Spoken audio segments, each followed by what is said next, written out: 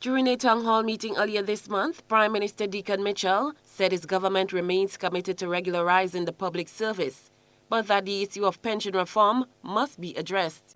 We indicated that to have a full regularization of the public service, pension reform is necessary. I never said that unless there is pension reform, there will be no regularization. We are saying the two must go together. If we don't address pension reform, you may get pension on paper, but when you retire, you will not have a funded pension. And the reality, therefore, is that pension reform must happen for your sake.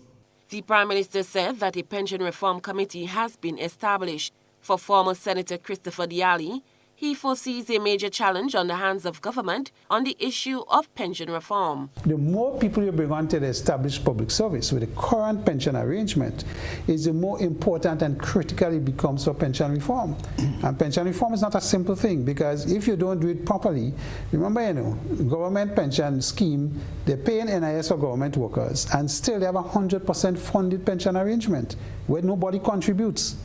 So if you retire, apart from getting a lump sum, if you make 26 and 2/3 years in the service, you're going home with government pension plus NIS pension.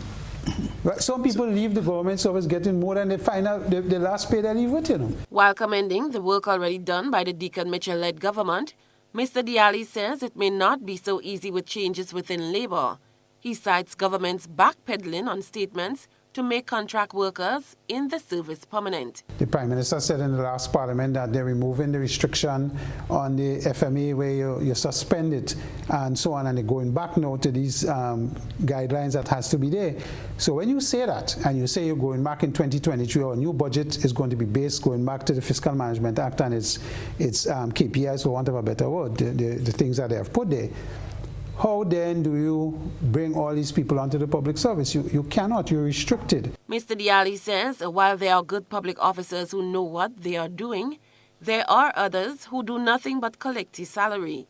He believes a lot of these issues within the public service stem from politicizing the public service. We have to transform the mind, and politically and culturally, and that is not an easy feat.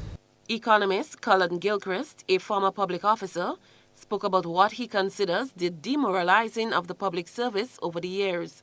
With a new administration at the helm, he wants to see public servants who are loyal to service the country and not to politicians. Cherry and Blackman Stephen, JBN News.